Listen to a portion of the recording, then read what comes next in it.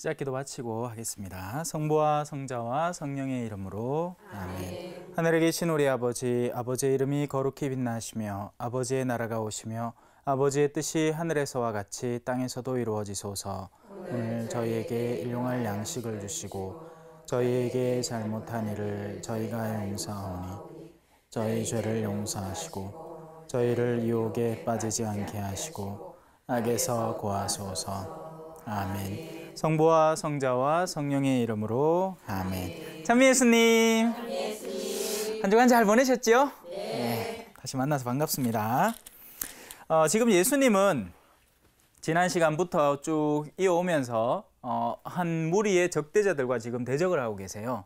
그러니 당연히 예수님의 소위 적대자들이기 때문에 예수님에 대한 믿음이 형성되지 않은 이들이고, 그런 이들 앞에서도 예수님은 포기하지 않으시고 그들에게 일말의 깨우침이라도 주기 위해서 자기 스스로의 모습을 보게 하기 위해서 도와주시는 분이세요. 만약에 우리였다면 우리는 우리 말을 듣는 이에게는 술술술술 이야기를 하겠지만 우리 말을 들으려 하지 않는 이는 다시는 나가고 안 본다 하고 절교를 했든지 문수를 냈겠죠. 그게 통상적이고요. 하지만 예수님은 그런 자들마저도 사랑으로 감싸 안으시는 겁니다. 물론 사랑의 방식은 참으로 다양해야 돼요. 사랑이라고 해서 무조건 오뇨 쪼쪼쪼 하다가는 애 하나 베릴 봅니다. 뭐든지 다 옳다, 뭐든지 다 좋다. 그게 요즘 자녀 육아 교육에 있어서 굉장한 위험성으로 치닫고 있잖아요. 애가 하나밖에 없으니까 아이를 겁을 내요. 그죠?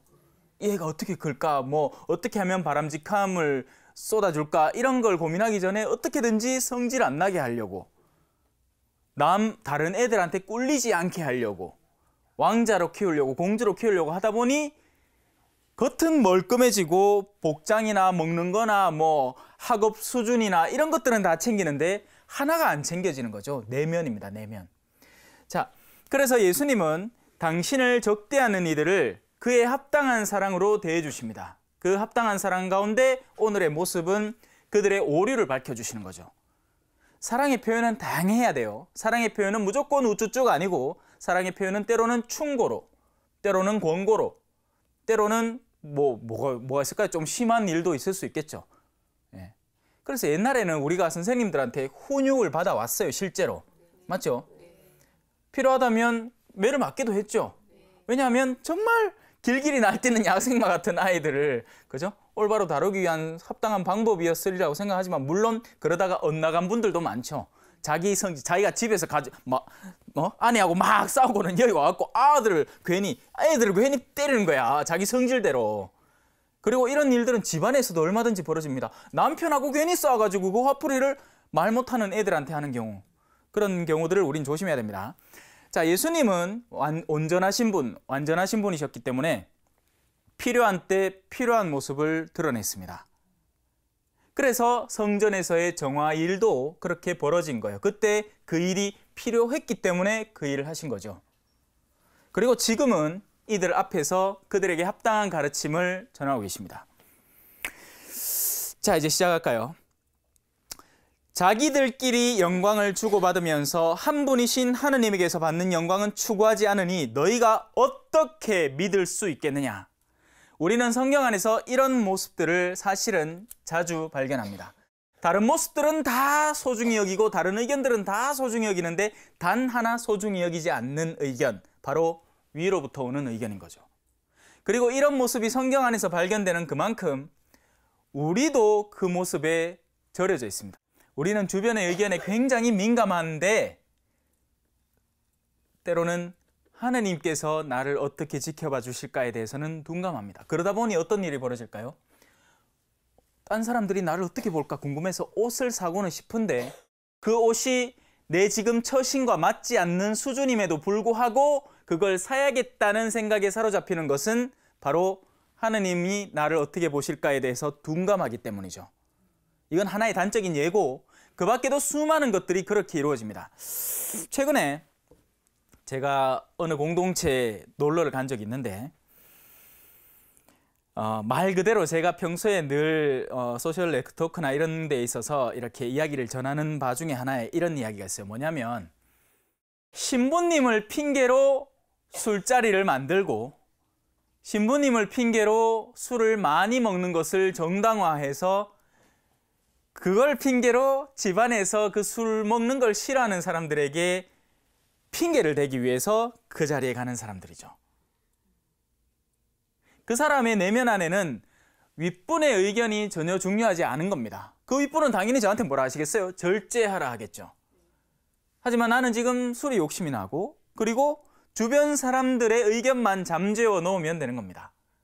신부님은 내 집안의 생활을 잘 모르고 내가 지금 마누라하고 싸우는지 자녀들이 엇나가는지 안 나가는지 그런 걸 온전히 파악할 수 없으니까 신부님 앞에서는 딸랑딸랑 하면서 아이고 신부님요, 신부님 덕분에 내가 이렇게 맛있는 술자리를 같이 할 수 있습니다. 그리고 나서는 이제 집에 가서는 아내한테는 뭐라 하느냐? 나 신부님하고 같이 있었다. 이걸로 카바를 쳐버리는 거죠. 그래서 사람들은 이렇게 다 눈 가리고 아웅한다 하죠. 아웅 할 수 있어요. 하지만 절대 속일 수 없는 두 존재가 있으니 바로 하느님과 나 스스로의 양심인 거죠. 그런데 때로는요, 나 자신도 속입니다. 양심은 둔해지는 거거든요. 그래서 한 분만큼은 절대 못 속입니다. 우리는 우리 스스로도 속일 수 있어요. 필요하지 않은 건데 필요하다고 우겨대면서 기어코 사는 겁니다. 그렇게 우리는 우리 스스로를 속일 수도 있는 거죠. 필요하지 않은 일인데 이것만큼은 해내야 된다고 믿는 겁니다. 그렇게 나는 나를 속이는 거예요. 그런데 그러고 나면 반드시 뒤가 구려요. 찜찜해. 일 보고 뭐 안 닦고 나온 것처럼 막 찜찜해 막. 그래서 그걸로 분별하는 거예요. 정말 하느님의 뜻에 맞는 일이라면 하고 나면 설령 힘이 들고 박해까지 있더라도 속이 편안합니다. 그런데 하느님의 일이 아닐 때는 내가 아무리 핑계를 100가지를 끌어대더라도 그 아닌 한 가지 이유 때문에 찜찜함이 느껴져요. 하지만 그건 양심이 살아있을 때 얘기죠. 양심이 잠들어 있으면 그마저도 안 느껴집니다. 그리고는 계속 변명에 빠져드는 거죠.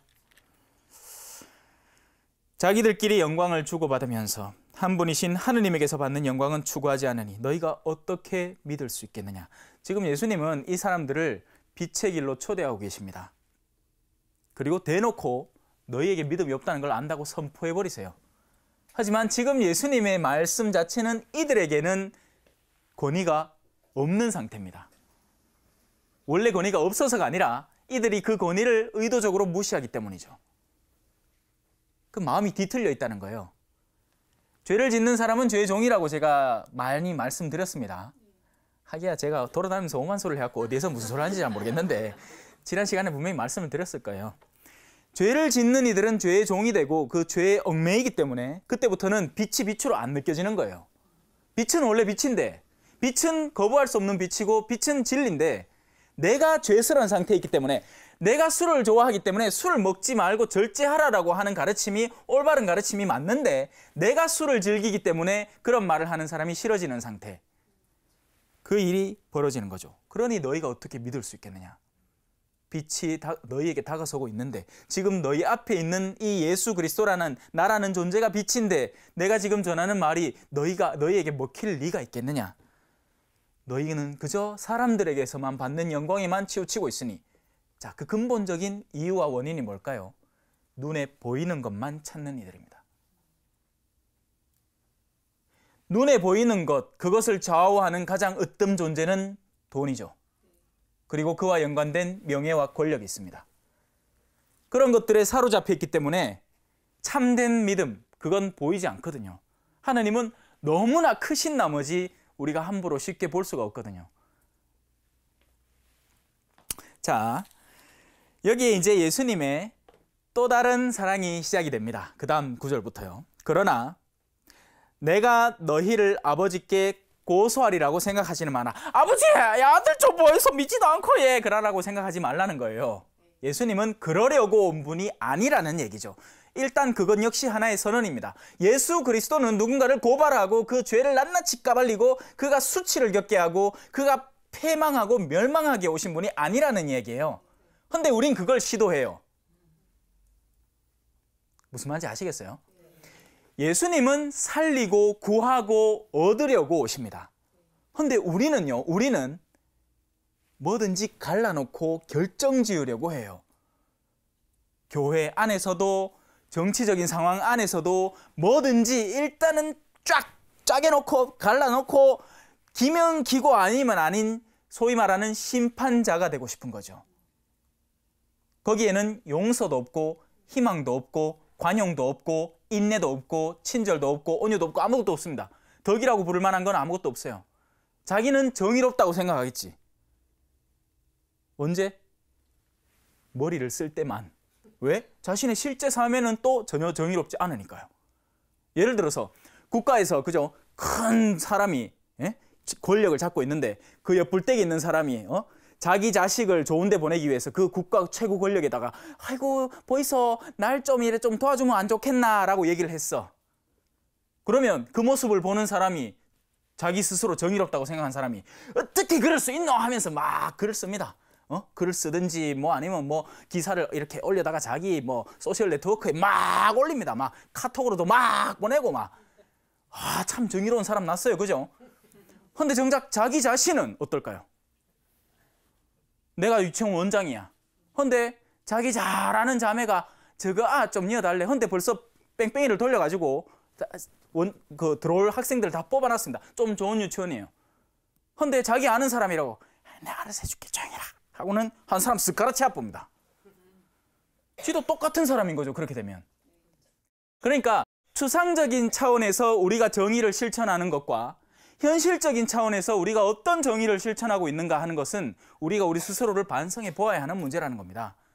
그리고 우리가 실제 몸담고 있고 우리가 이루어야 할 정의의 상황은 이 추상적인 게 아니고 현실적이라는 것이죠. 그런 현실의 정의가 모이고 쌓일 때, 그런 환경이 조성될 때 이런 사람들도 자기들이 하는 그런 악덕을 저질 수가 없게 되는 겁니다. 담배를 피지 말자 하고 아무리 표를 적어 보십시오. 반 사람들이 전부 다 한 반에 대학교 한 반에 전부 다 담배를 펴. 근데 표 하나 적어놨다고 그 사람들이 안 핍니까? 어떻게든지 필 거예요. 교실에서 담배 피는 사람 10만 원 벌금 적어놓으면 화장실 가서 핍니다. 교실 아니잖아. 그게 법의 한계예요. 법망만 피하면 돼. 뭐가 바뀌어야 되죠? 애시당초 담배가 좋지 않다는 인정을 올바로 하고 나 자신이 길들어져 있는 그 담배의 중독성을 나 스스로 깨려고 노력을 하고 그렇게 나 자신을 변해 나갈 때 나중에 반에서 담배 피는 사람이 50명 중에 담배 피는 사람이 2명뿐이야. 그러면 그 2명이 부끄러워지기 시작하는 거예요. 법률이 만드는 게 아니라 우리가 구체적인 상황을 변화시킬 때 우리 가족을 변화시키고 나 스스로가 진짜 정의로운 사람, 하느님의 올바른 법을 내 안에 받아들이는 사람이 되기 시작할 때 그 환경이 변함으로써 결국 전체 구조가 변하게 되는 겁니다. 물론 자기가 구조를 결정지어야 하고 그 법률적인 걸 정비해야 하는 사람이라면 그 사람이 그리스도적으로 변할 때 그 구조도 같이 변하게 되겠죠. 그래서 국가 지도자나 어떤 장상이나 그런 사람들이 정말 회개하면 그 변화는 더 쉽고 빠르게 다가올 수 있을 건 맞아요. 하지만 그걸 기대하고 그걸 그렇게 비난하고 와 그 사람 안 바뀌노 욕만 하면서 정작 나 자신도 바뀌지 않는 그런 이율배반적인 사람은 되지 말자는 겁니다. 우리가 할 수 있는 범위에서 변화가 되자는 거예요. 그래야 한다는 것이고요. 이해하셨죠? 네. 좋습니다. 그래서 예수님은 그 사람들 고소 안 합니다. 왜요? 예수님은 사랑하러 오셨거든요. 예수님은 살리러 오셨고 예수님은 용서하러 오셨기 때문에 예수님은 고소 안 합니다. 그럼 그 사람들은 고소 안 당할까요? 당합니다. 너희를 고소하는 이는 내가 아니라 너희가 희망을 걸어온 모세이다. 그 사람들이 곧잘 얘기하는 게 이런 거거든. 예수님 손을 씻어야지요. 당신 제자들 안 보이소? 손도 안 씻고 지르면 아이고 들어봐라. 우리 유다인의 율법에는 손 씻고 정화를 다 해갖고 그렇게 뭐라 하는데 네 노상 씻는다. 노그릇도 씻고 잔도 씻고 그 접시도 닦고 뭐 어디 나갔다 오마 손 씻고 뭐 좀 멀리 나갔다 오마 샤워하고 제가 볼리비아에서 일할 때 툭하면 나갔다 오면 샤워를 했어요. 땀이 범벅이 되니까. 그건 진짜 필요로 해서 하는 거지 무슨 예식을 치른 게 아니죠. 안 그러면 찜찜해 못 살겠는데 뭐. 근데 그 사람들은 필요도 없는데 다만 율법적으로 뭔가 어긋났기 때문에 그걸 철두철미하게 지키겠다고 하는 겁니다. 하지만 여러분, 왜 씻으라고 했을까요? 그 율법은 왜 생겨났을까요? 왜 그런 어떤 특정 종류의 고기나 동물들을 먹지 말라고 했을까요? 왜 피를 먹지 말라고 한 걸까요? 이게 다 그때 당시에 문화적인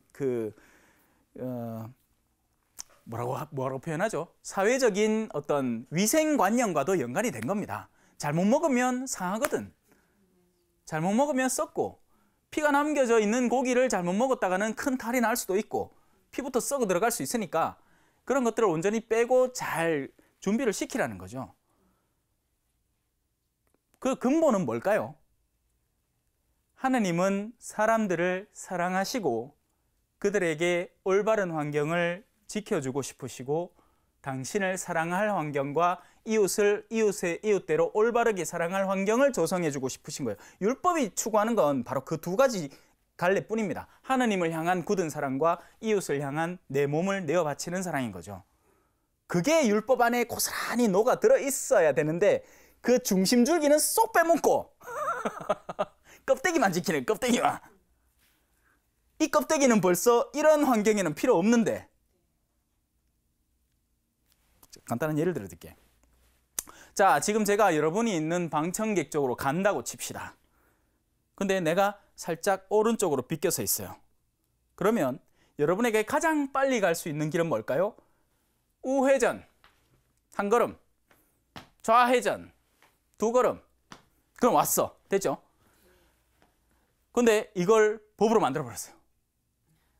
아, 옛날에 보이겠네. 신부님이 방청객에게 가까이 가려면 이렇게 하더라. 우회전 한 걸음, 좌회전 두 걸음. 그러면 가더라. 좋다 이거지. 좋아, 머리 좋아요. 그죠? 예? 그걸 법으로 딱 정해놨어. 그래서 이제 두 번째 신부님이 또 왔는 거예요. 두 번째 신부님 또 왔는데, 자, 이제 제가 여러분에게 이제 다가가겠습니다 했는데 그 신부님은 여기 떡 서 있었는 거예요. 그래서 이제 신부님은 이제 자연스럽게 갈라 합니다. 여러분에게. 근데 갑자기 여러분 중에 한 명이 신부님! 그래 움직이는 거 아닙니다. 왜? 전에 신부님은 맨날 이렇게 움직이셨어요. 우회전 한 걸음, 좌회전 두 걸음을 가래. 뭔 소리 하는겨? 말이 안 되잖아요. 여기서는 우회전이 아니고 좌회전을 해야죠. 왜? 목적은 여러분에게 다가서는 거니까. 이해가 쉽죠? 아이고.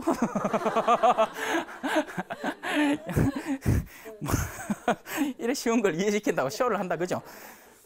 가면 돼. 하느님과 사람이 만나면 돼요. 사람과 사람이 사랑하면 됩니다. 그게 목적인데 온갖 것들을 만들어 놓은 거예요. 그때마다. 그걸 다 남겨놓은 거지. 그러니 예수님이 보기에 오죽 답답했겠습니까? 사랑하라고 율법을 줘놨더니 그 율법을 가지고 서로 싸우고 서로 비난하고 지가 잘났다고 우기고 앉았다. 지금 한국교회에도 비슷한 얘기를 얼마든지 할 수 있어요. 서로 사랑하고 서로 사람을 도우라고, 식어가는 영혼들을 살리라고 수많은 신심활동들, 레지오니, 꾸르실료니, 에미니 그런 걸 다 해놨어. 그런데 도로 그것 때문에 사람이 교만해지는 겁니다. 내 몇 차인지 아나? 어쩌라고? 그 차수가 사람을 살립니까? 아니죠. 교만하는 데만 소용된 겁니다. 몇 차가 도대체 무슨 소리? 제가 부제 때 꾸르실료를 갔다 왔어요. 그러고 나서 어느 본당에 가서 떡 만났는데 한 사람이 여래가 신부님 꾸르실료 하십니까? 합니다. 예, 했습니다. 몇 차입니까? 뭐라 했겠노 제가? 차차차입니다. 아니, 그런 얘기를 한 건 아니고, 그게 무슨 소용입니까? 꾸르실료를 다녀오는 목적은 더 겸허한 사람이 되고 봉사에 철두철미한 사람이 되라는 것이지, 그걸 몇 차 따져가지고 무슨 해병대 기수 따지듯이 그러려고 꾸르실료를 다녀온 건 아니지 않습니까? 근데 그분은 아마 이해 못할 거예요. 왜냐하면 그러려고 꾸르실료를 다녀오셨을 수도 있으니까. 이 특정 신심을 뭐라고 하는 게 아닙니다. 그걸 그때에 사용하는 사람들에 대한 이야기를 하는 거죠. 레지오도 마찬가지고요. 레지오가 얼마나 아름답고 얼마나 활동적이고 좋은 활동입니까? 하지만 그걸 잘못 쓸 때는 얼마나 비껴나갈 수 있습니까? 얼마 전에도 한 자매가 와서 당신 아들이 참 레지오를 하는데 그것 때문에 술독안에 빠져가지고 나오지를 못한다는 거지. 2차 주회를 가고 또 단장님이라는 분이 데리고 가고 아침부터 데리고 가고 해장술을 먹이고 이렇게 쌓이긴 해. 아휴, 언제 철들난 거야, 그죠? 네. 그래서 너희를 고소하는 이는 너희가 희망을 걸어온 모세이다. 그런 사람들은 율법의 철두철미함, 그걸 지켜야 하는 사람들이에요. 그럼 어떻게 될까요? 그만큼 그 철두철미함이 자신에게 돌아오는 거죠. 하느님이 그들을 철두철미하게 하려는 게 아니고 지가 지철두철미함을 못 이기는 겁니다. 이게 가톨릭 신자들이 자주 겪는 문제 중에 하나예요. 내가 구원받을 수 있을까요? 주일 미사를 빠졌는데 괜찮습니다. 고해성사를 봤는데 요거는 내가 좀 모자라게 했는 것 같은데 괜찮다니까요. 아이고 내가 아침에 일어나고 기도도 제대로 안 받쳤는데 괜찮아요. 괜찮다고 해도 지가 안 괜찮대. 지 성이 안 차는 거야. 그죠? 자기 성이 안 차는 거예요. 자기는 철두철미하게 지키고 싶으니까. 그런데 그렇게 율법적인, 법률적인, 교리적인 내용들을 철두철미하게 지킨다고 사랑을 합니까? 그건 아니에요. 나를 죄에서 겨우 아슬아슬하게 떼어놓을 수는 있어요. 법을 지키는 게. 하지만 그게 사랑을 실천하게 되진 않아요. 여기서 감을 잡으셔야 됩니다. 왜? 예수님은 사랑을 실천하러 오셨어요. 그리고 우리더러 사랑을 배우게 하셨죠. 사랑하는 사람은 그래서 하느님께로부터 났으며 하느님을 압니다. 하느님은 사랑이시기 때문입니다. 사랑하는 사람은 누구나 하느님께로부터. 내 혼자 부른 것 같아요. 사랑하는 사람이 이기는 겁니다. 뭔가를 철두철미하게 지키는 사람보다 사랑하는 사람이 언제나 넘버원이에요. 사랑을 하면 사랑을 입어요. 자비를 베푸는 사람이 자비를 입어요. 용서하는 사람이 용서를 입습니다. 너희가 되어준 그대로 나도 너희들에게 고스란히 돌려주겠다. 그런데 우리가 율법의 철두철미함을 누군가에게 쳐다보고 강요를 하면 아이고 자매 세례 받으려고 알았다 요온나 자 잘 들으래. 세례는 총 몇 개월의 기간이 걸리고 이런 기도문 외워야 되고 저런 기도문 외워야 되고 요 해갖고 나중에 시험 봐야 되고 극하는 통에 다 떠나가고 없습니다. 사랑한 거 맞습니까? 아니에요. 자신의 율법적 우월감을 자랑한 것뿐이에요. 떨어져 나가래 그지? 자신 없으면. 아니죠. 그래 올랐고 그래 걱정하지 마라. 그래 수녀님이 그래 교리 때 그 외우라 하지. 괜찮다 내가 도와줄게. 아무 걱정하지 마라. 잘 될 끼다. 그러고 정 나중에 안 되면 또 웃자겠노. 내가 가 또 한 부탁해 볼게. 아이고 내 니 잘 안다 아이가. 그게 사랑이죠. 감 잡히시죠? 철두철미함을 강조하다가는 우리가 그 철두철미함의 굴레에 우리 스스로 빠져들고 우리가 그걸 못 헤어나게 되는 겁니다. 유다가 왜 자살했게요? 자기 스스로 내가 이 정도 죄를 지으면 하느님이 나를 용서 안 하겠구나라고 믿었기 때문이에요. 베드로는 끝까지 예수님을 신뢰했던 거죠. 내가 뭔 짓거리를 하더라도 그래도 또 예수님한테 다가가서 죄송합니다 카마 또 한 번 봐주겠구나. 너희가 모세를 믿었더라면 나를 믿었을 것이다. 그러나 나에 관하여 성경에 그가 나에 관하여 성경에 기록하였기 때문이다. 그렇죠? 하느님을 아는 모세가 그 하느님으로부터 우리 백성이 어떻게 살아야 할지를 기록해 놓았다는 게 이스라엘 사람들이 갖고 있는 율법에 대한 믿음입니다. 모세가 그렇게 우리에게 남겨준 법이다. 우리가 하느님을 찾도록. 그런데 그 사람들은 그 율법을 쥐고는 율법을 연구하고 뜯고 찢어 발기고 하는 통에 정작 하느님께 가는 방향을 상실해버린 겁니다. 자, 이에 대한 좋은 비유를 들어드릴게요. 곤충이 있죠. 어린 시절에 다 한 번씩 잡아봤을 거예요. 어른이 되고 나니까 겁이 더 나더만요. 어릴 때는 아무 스스럼 없이 잡던 심지어는 벌까지 잡았어요. 이렇게 두 손을 해가지고 탁 잡아가지고 막 흔들면 지가 정신이 없어가 침을 못 쏴. 그렇게 막 갖고 놀기도 했습니다. 벌까지. 근데 요새는 벌만 보면 겁나. 자, 곤충을 한 마리 잡았어요. 와, 경이롭죠? 그 작은 게 움직이고 있으니까, 그죠? 근데 그 아이가 그 곤충의 경이를 그대로 느끼는 것과 그걸 과학자한테 줘봅시다. 어떻게 합니까? 메스.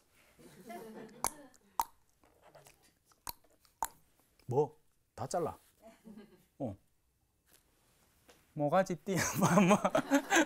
머리 떼내고, 가슴 떼내고, 허리 떼내고, 다리 6개 다 떼고, 날개 쫙 펼쳐가 떼내고, 그러고 나서는 한 개 한 개 현미경으로 쳐다보고 바라보고 막 연구 목록을 막 쫙 만들어 놓습니다.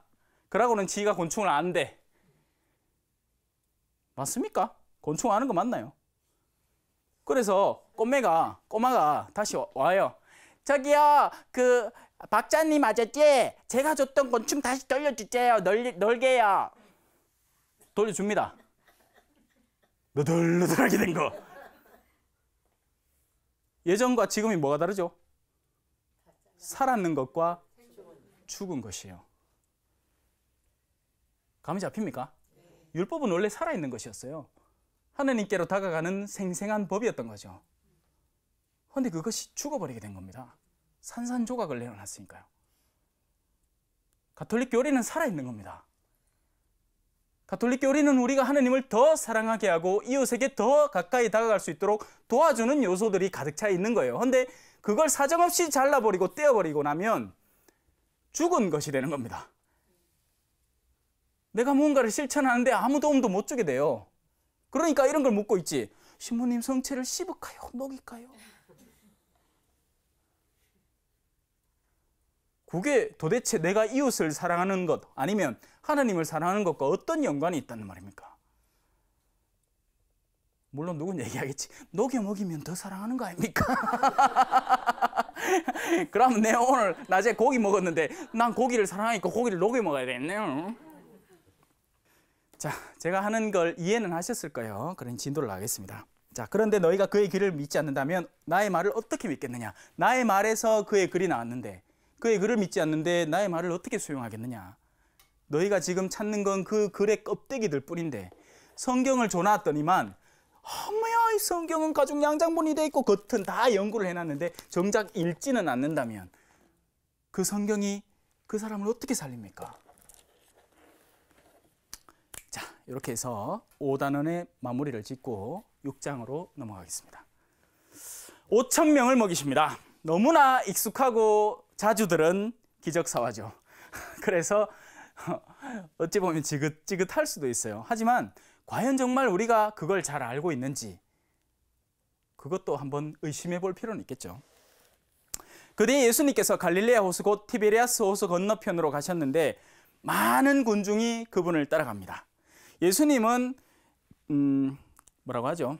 이슈 메이커였어요. 예. 그래서 사람들이 많이 따라다닙니다. 왜냐하면 그것이 필요했기 때문이에요.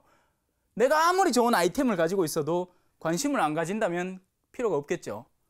그래서 관심을 불러일으켜야 되는데 내가 가지고 있는 것이 너무나 복잡한 기술이라서 사람들이 그걸 이해를 못한다면 이걸 바로 드러내면 사람들이 이해하겠습니까? 이해 못하겠죠. 그래서 그 사람들이 좋아하는 걸로 사람들을 끕니다. 어떻게? 사탕 줄게! 하면 애들이 오! 어른들은 뭐 준다 하고 뭐 혼인정령기 있는 총각 처녀들한테 배우자 줄게! 하면 가들이 와요. 그런 것들을 하라고 청년회가 있는 거예요, 사실. 맞아요. 그게 틀린 게 아니에요. 그런 것을 통해서 다가와서 그리고 나서 신앙의 본질적인 가르침에 젖어들고 녹아들어가라는 얘기죠. 그래서 주일학교 아이들한테는 간식 줘야 돼요. 간식만 먹으러 오나? 아니요. 그 아이들은 간식 먹으러 와요. 하지만 그걸 계기로 신앙에 다가서는 길들을 마련해 줘야 되는 거죠. 청년들에게는 그에 합당한 관심사로 끌어모아야 되고요. 또 어른들은 어른들대로 그런 관심사들이 분명히 필요하고 존재하는 겁니다. 그래서 많은 군중은 예수님을 따라다녀요. 왜? 벌써 뭘 많이 받았거든. 치유, 그리고 기적. 근데 거기서 멈추면 어떻게 되죠? 멈추면 큰일 나는 거예요. 그러니까 그런 눈요깃거리로 끌어들여서 그 눈요깃거리를 채우고 집에 가라는 게 아니에요. 그 눈요깃거리를 통로로 이제 본질적인 걸 시작하자고 끌어들인 거지. 근데 적지 않은 가톨릭 신앙인들이 바로 그 눈요깃거리에 멈춰버립니다. 바로 거기에서 성령기도회 쪽에 문제들이라고 표현할 수 있는 것들이 자주 등장하곤 해요. 성령기도회는 뭐 하자는 거죠? 성령을 받아들이자는 거죠. 좋은 취지예요. 근데 성령을 받아들이는 데까지 이르지 못하고 성령의 은사들, 그리고 그 은사들 중에서도 등급이 여러 개가 있는데 핫바리 등급에 속하는 은사들에 목매다는 사람들이 있습니다.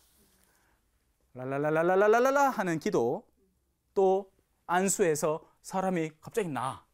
실제 나을 수도 있어요. 그런 가능성은 늘 있습니다. 신앙 안에서는 정말 신비한 일들이 일어나니까요. 하지만 그런 것들은 예언하는 은사까지 포함을 해서 다 핫바리 은사들입니다.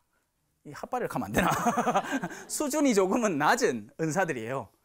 본질적인 은사는 뭐게요? 세 가지가 있으니 사도가 되는 것, 예언자가 되는 것, 교사가 되는 것입니다. 가르침의 직무를 가진 사람들이에요. 그게 본질이에요. 그래서 성령은 성령의 그런 여러 가지 요소들을 통해서 모여들어서 이제 배우고 성령의 본질적인 활동을 체험하고 시행해야 되는 거죠. 근데 그냥 그 밑바닥에 머무르는 사람들이 너무나 많은 거예요. 언제 또 다른 치유 없나? 그래서 저쪽에서 뭐 있다 하면 오 하고 그거 쳐다보고 우리의 뿅아리들 그죠? 오리들 모이 줄 때 그죠?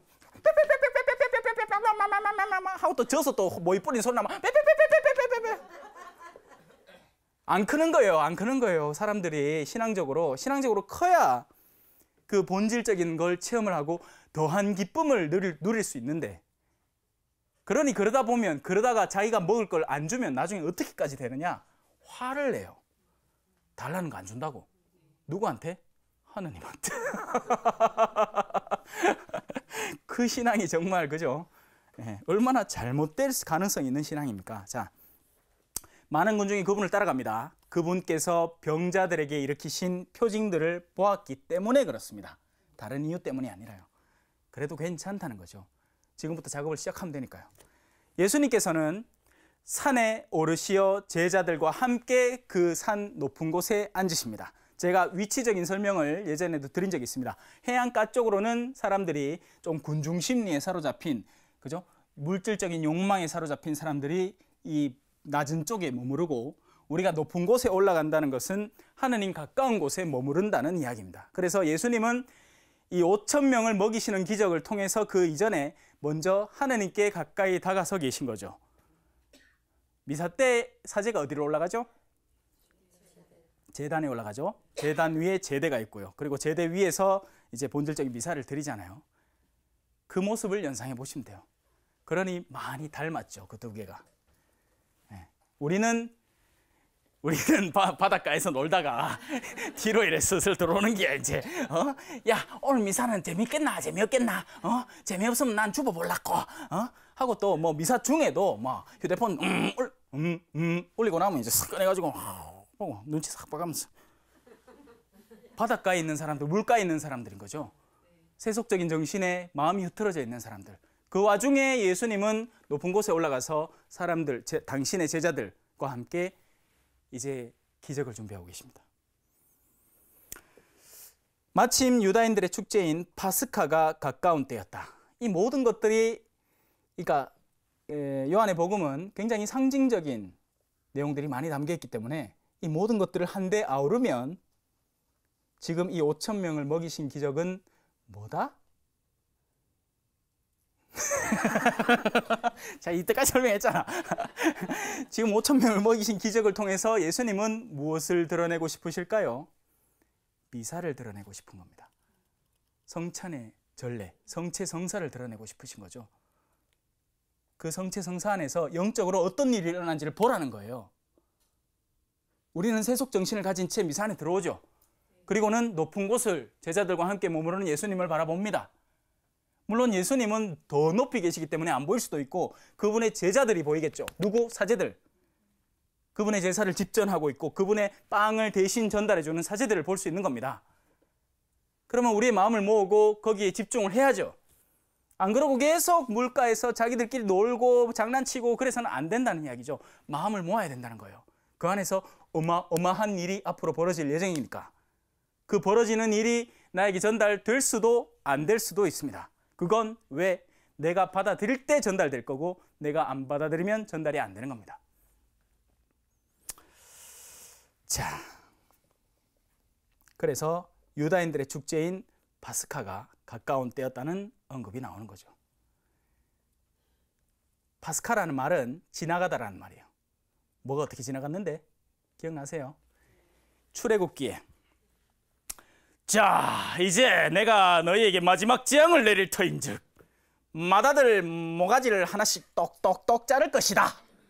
그러니 각오를 다지고 내가 하는 말을 잘 들어라. 양을 잡아라.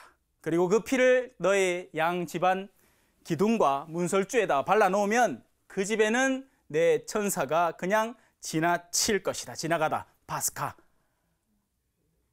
파샤. 뭐 그런 건데 나 히브리어는 잘 몰라. 공부 잘 못했어요. 네. 그래서 파스카라는 단어가 나오는 겁니다. 구약의 파스카. 그리고 신약의 파스카. 구약에는 정말 자기 맏아들의 죽음이 간당간당한 상태였고 이제 그 구약의 파스카가 신약의 파스카로 넘어오면서는 누가 우리 맏아들이겠습니까? 여러분 진짜 맏아들? 아니요. 여러분의 영혼이 여러분의 맏아들입니다. 그래서 우리는 그 지나감에 대비해야 돼요. 우리가 여전히 세속정신에 빠져 있고 파라오의 말에만 귀를 기울이고 있고 우리끼리의 그런 우격다짐만 하고 있다가는 피고 자시고 바를 준비 하나도 안 하고 아예 그냥 그 경고를 무시하고 가만히 있다가 영혼을 홀라당 빼앗겨버리는 거죠. 그런데 우리가 대비하고 있으면 어떻게 어린 양을 잡고 그 어린 양을 피를 바르고 그 어린 양을 먹어가면서 그 밤을 기다리고 있으면 깨어 기다리면 우리가 살아난다는 것입니다. 그렇게 하지 않을 때 우리는 죄와 죽음의 위협에서 안전치 못하다는 거죠.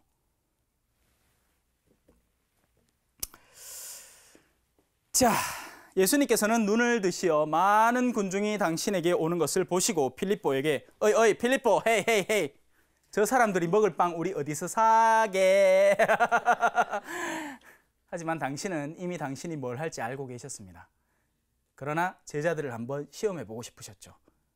그리고 그 시험은 오늘날에도 끊임없이 다가옵니다. 어이 마지노 요셉 신부 야 니한테 이제 앞으로 다가올 사람들 많을 낀데 우찌도 안 이길래 뭐 또 시키시려고 해 예수님이요. 아이, 내 지금 하는 것만 해도 뒤죽겠구만. 아이고 좀 가만히 놔두지. 예수님은 무슨 일을 하실지 알고 계셨고 다만 우리를 시험하시는 겁니다. 여러분 중에 한 사람의 이름이 예를 들어 테레사라 칩시다. 어이 테레사야. 테레사야. 네 앞으로 내 봉사직을 하나 맡기려고 하는데 그거 어찌 할란고? 아유, 내 그거 안 시키면 안 됩니까? 아유, 좀 가만히 놔둬 있어. 내 그냥 뒤에서 조용히 미사 참내하고 집에 확 닦아부는 그런 신자로 남을게. 내 좀 건드리지 마이소. 어디서 많이 본 장면이죠? 끊임없는 시험이 다가옵니다. 예수님은 당신이 뭘 할지 아세요. 다만 그걸 시행할 제자와 시행 못하겠다고 내빼는 제자를 앞에 두고 계신 것뿐이죠. 필립보가 예수님께 대답합니다. 자, 이는 필립보를 시험해 보려고 하신 말씀이다. 그분께서는 당신이 하시려는 일을 이미 잘 알고 계셨다라고 적혀 있습니다. 필립보가 예수님께 대답을 합니다. 저마다 조금씩 받아 먹게 하자면 200데나리온 어치의 빵으로도 모자랄 것 같습니다. 라는 게 필립보의 솔직한 대답. 하지만 그 솔직한 대답은 어디에서 나온 것이다? 인간적 계산에서 나온 것입니다. 인간적으로 계산을 때리면 안 될 말이에요. 예수님, 저 인자금방 볼리비아에 8년 동안 살다 왔고 내 한국 아무것도 모르는데요. 내 어쩌란 말입니까? 어쩌는 게 아니고 네 성당 지라고. 왜 시선 피하잖아, 그죠? 쌤이 이렇게 질문 딱 시키려고 하면 우리 일부러 막 피합니다. 이렇게.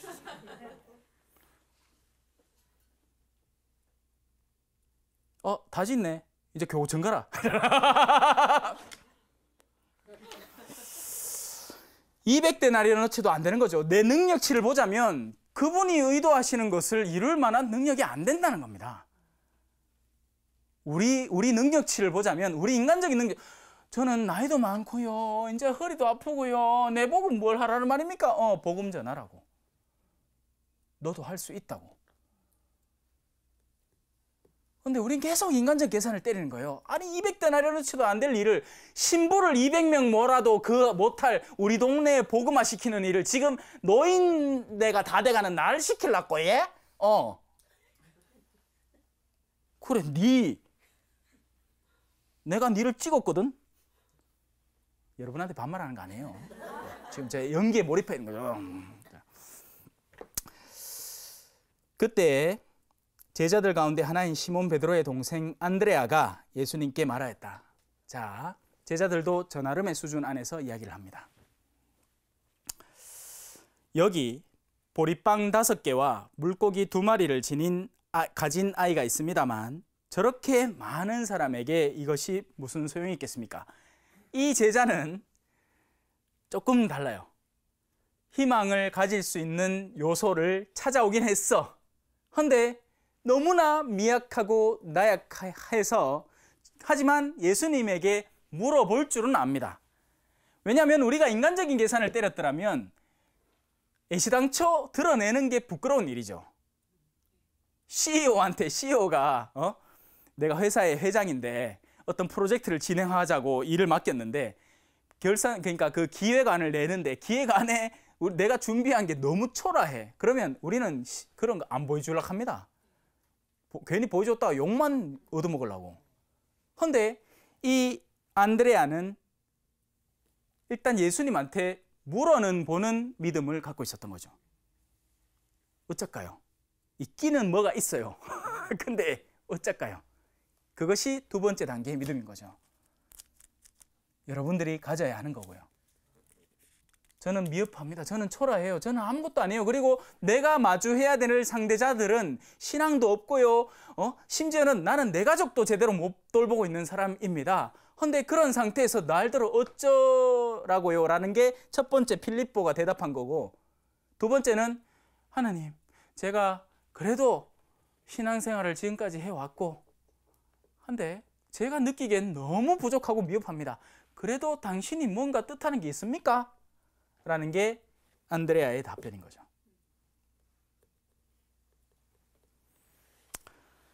자, 그러자 예수님께서 이제 희망의 싹을 발견한 겁니다. 미약한 봉헌. 이제 그거를 딱 줍니다, 이제. 그리고 사람들을 자리 잡게 하여라 하고 이러십니다. 그곳에는 풀이 많았습니다. 양떼를 치는 목초지를 연상하게 되죠.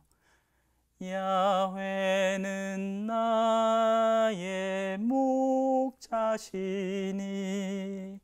나는 아무것도 아쉽지 않네. 사목이 시작이 되는 겁니다. 양들을 치는 작업이 시작이 되는 거죠. 우리가 드린 미사가 그냥 미사가 아니라는 거 이제 필이 좀 오십니까? 이 안에서 어마어마한 일들이 벌어지고 있다는 게 느껴지십니까?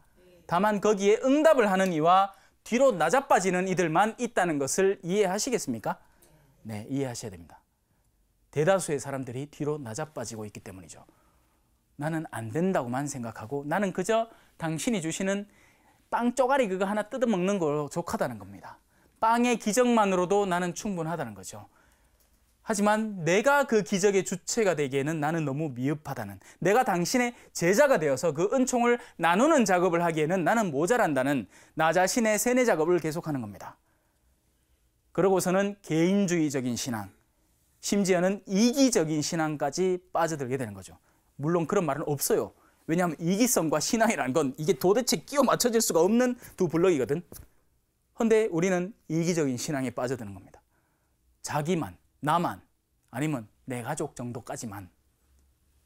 내 가족도 안 되면 나 자신이라도. 그래서 달란트 하나만 반딱반딱하게 닦아가지고 그냥, 그죠? 그리하여 사람들이 자리를 잡았는데 장정만도 그 수가 5,000명쯤.